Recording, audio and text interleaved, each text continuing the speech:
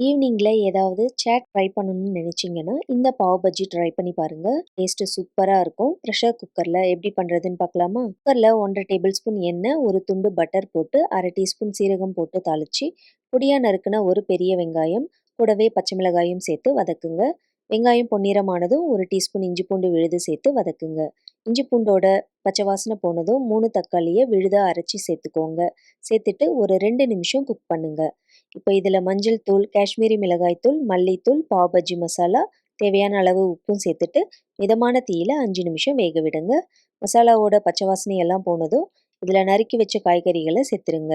பட்டாணி, கேரட், உருளைக்கிழங்கு, காலிஃப்ளவர், குடைமிளகாய் எல்லாம் சேர்த்து நல்லா மசாலாவோட கலந்து விடுங்க. 1/2 கப் அளவுக்கு தண்ணி விட்டு கூடவே கொஞ்சம் பட்டரும் சேர்த்து மிதமான தீயில 2 விசில் விட்டு ஸ்டவ்வை ஆஃப் பண்ணிடுங்க. ப்ரெஷர் போனதும் குக்கரை ஓப்பன் பண்ணுங்க. தண்ணி நிறைய இருந்தால் கொஞ்சமாக வடிச்சிட்டு நல்லா மசிச்சு விடுங்க. இப்போ ஸ்டவ்வை ஆன் பண்ணி மீடியம் ஹீட்டில் வச்சு குக் பண்ணுங்க. ஒரு கொதி வந்ததும் 1/2 எலுமிச்சம்பழம், கொஞ்சம் பட்டர், கொத்தமல்லி போட்டு மிக்ஸ் பண்ணி ஸ்டவ்வை ஆஃப் பண்ணிடுங்க. அவ்வளோதாங்க. ரொம்பவே டேஸ்டான பாவ் பஜ்ஜி மசாலா ரெடி. சேவ் பண்ணி வச்சுட்டு கண்டிப்பாக ட்ரை பண்ணுங்க. இந்த மாதிரி இன்ட்ரெஸ்டிங்கான சாட் ரெசிபீஸ்க்கு நம்ம பேஜை ஃபாலோ பண்ணிக்கோங்க.